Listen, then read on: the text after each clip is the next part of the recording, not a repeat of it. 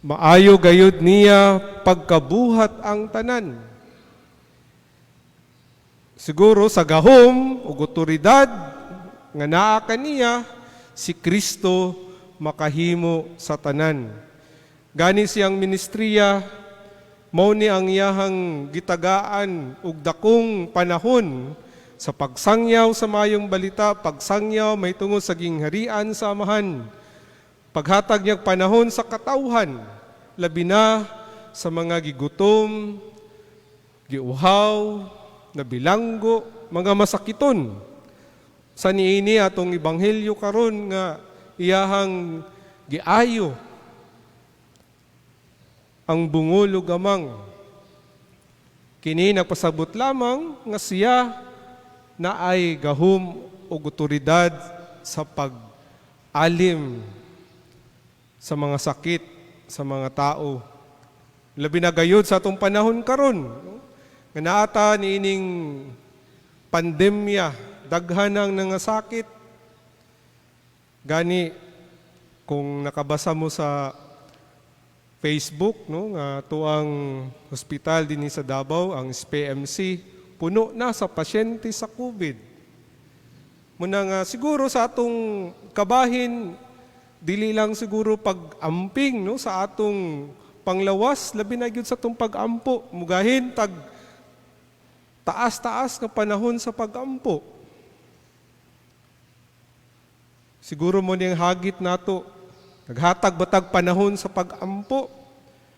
Misalig ba kita sa Dios sa iyahang gahom ug otoridad sa pag-ayo sa mga masakiton? Nga diha sa atong kinabuhi nang inahanglan niini nga magpadayon ta sa pagpuyo sa atong kinabuhi nga layo, no, sa mga pag-antos sa sakit, sa lawas, sa panglawas, nga mahilayon ta nining maong pagsulay. Labi na sa bulan sa Septembre, no, kita gihagit, no, kay naatay pagsaulog sa pag-ampo sa katawhan, kinaiyahan, no. Kaning bulan sa Septembre kita gihagit, no, sa pag-ampo, the prayer for creation. Ang binuhat sa Dios labi na atong kinabuhi sa tao. For humanity. Unsa may nahitabo sa atong katawhan, no, dinhi sa kalibutan karon, daghan kayong mga hagit. Labi na ang hagit niining pandemya. Mag-ampo ta sa matag usa, no, na ng pagrespeto, dinidad sa kinabuhi sa tao. Nga naaw ni pagpadayon, no, nga kita ang ato ang kinabuhi, atong lawas, templo sa Ginoo. Muna nga i-apel nato sa atong mga pag-ampo kanunay, no, ang ato ang kinabuhi. Kung dili lang kinabuhi sa tao, kinabuhi sa tanan nga binuhat sa Dios, labi na atong kinaiyahan.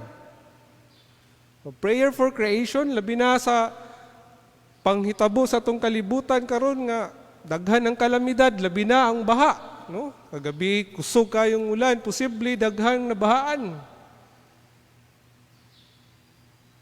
Nga kita mag-amping, mag-amuma, magpangga, no, sa ato ang kinaiyahan.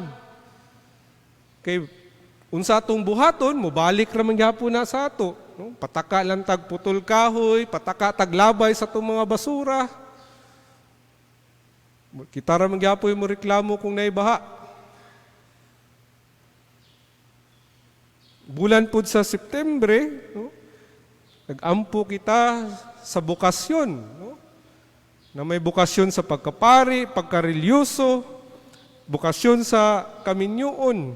Kining mga bukasyon, tawag na sa Dios, diha ka nato. Nga naatay pagtubag sa tawag, no, labi na sa mga minyo, nga magmatinud-anon, no, diha sa panaad sa kaminyoon, magpabilin nga mahigugmaon sa imuhang banaw, gasawa ug mga anak, sa pagkapari, pagkarelyoso, nga kamupod mga ginikanan, mutugyan sa inyong mga anak, no, nga kung nay gusto magpari, gusto magmadre, no, Kamo mismo ang mo encourage. Kay diha man sa pamilya magsugod no ang bukasyon. Family is the seedbed of vocation.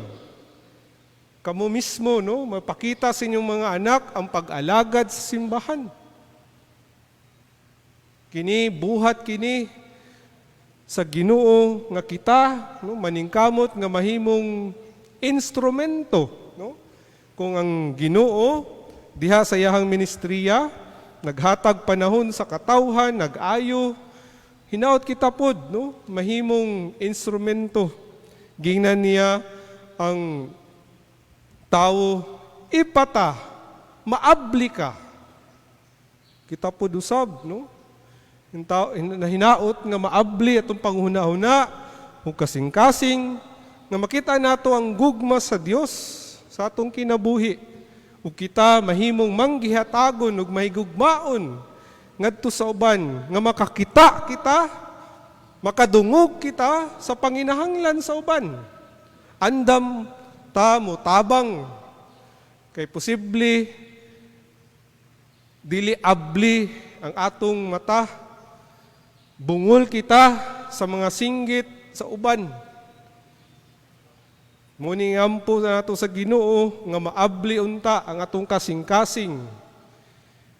Andam ta mo alagad, andam ta mo tabang, andam ta nga mahimong instrumento sa gugma sa Dios. Amen. Palihog man